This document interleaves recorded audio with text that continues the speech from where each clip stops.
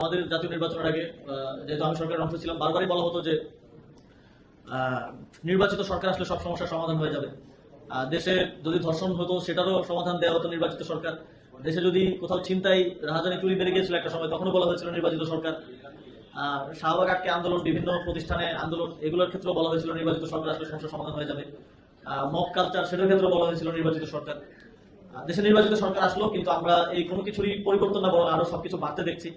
আমরা দেখছি mob justice বেড়ে গেছে। আমরা দেখছি মাত্র এই মাসেই ধর্ষণের শিকার হয়েছেন 84 জন। এর মধ্যে 6 জন শিশুকে ধর্ষণের পরে হত্যা করা হয়েছে। এবং প্রত্যেকটা স্ট্যাটিস্টিক্সে নির্বাচিত সরকার ভালো করছে। যে যে খারাপ খারাপ জিনিসগুলো আছে সেগুলোতে স্ট্যাটিস্টিক্স ওয়াইজ নির্বাচিত সরকার এখন আস্তে আস্তে আরো উপরের দিকে যাচ্ছে। এবং আমরা দেখেছি আমাদের যিনি স্বরাষ্ট্রমন্ত্রী আছেন, তিনি দায়িত্ব নেওয়ার পর প্রথম দিন বলেছিলেন যে মব বন্ধ করে দিবেন, কিন্তু এখন আমরা আরো মব বাড়তে দেখছি এবং বেশিরভাগ ক্ষেত্রে আমরা সরকার দলীয় লোকজনের সেখানে সংশ্লিষ্টতা দেখছি। সরকার যে শুধুমাত্র জুলাই গণ অভ্যুত্থান, এদেশের মানুষের গণতান্ত্রিক আকাঙ্ক্ষা, এদেশের মানুষের একটি নতুন বাংলাদেশ বিনির্মাণের আকাঙ্ক্ষা বাস্তবায়ন করতে ফেল করছে তা না, সরকার অ্যাডমিনিস্ট্রেশন পরিচালনার ক্ষেত্রেও ফেল করছে। এবং বিএনপি সরকার কখনোই অ্যাডমিনিস্ট্রেশন পরিচালনায়, প্রশাসন পরিচালনায় বা দেশ পরিচালনায় ভালো ছিল না। আপনারা যারা এখানে সিনিয়ররা আছেন, যারা বিএনপির আগের আমলগুলো দেখেছেন, তারা হয়তো আরো ভালো বলতে পারবেন। এবং ক্রাইসিস ম্যানেজমেন্টে তারা সবসময় খুব বাজে পারফর্ম করে।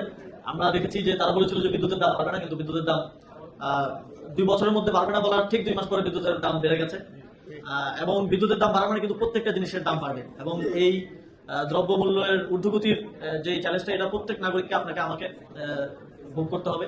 কারণ আমাদের তো আয় রোজগার বাড়ে নেই, সাধারণ জনগণের আয় রোজগার বাড়ে নেই, কিন্তু খরচ বেড়ে যাবে।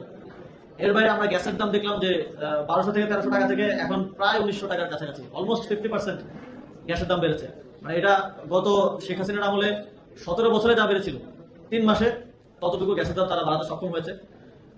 এবং এটার একটা নেগেটিভ ইফেক্ট পড়বে। কারণ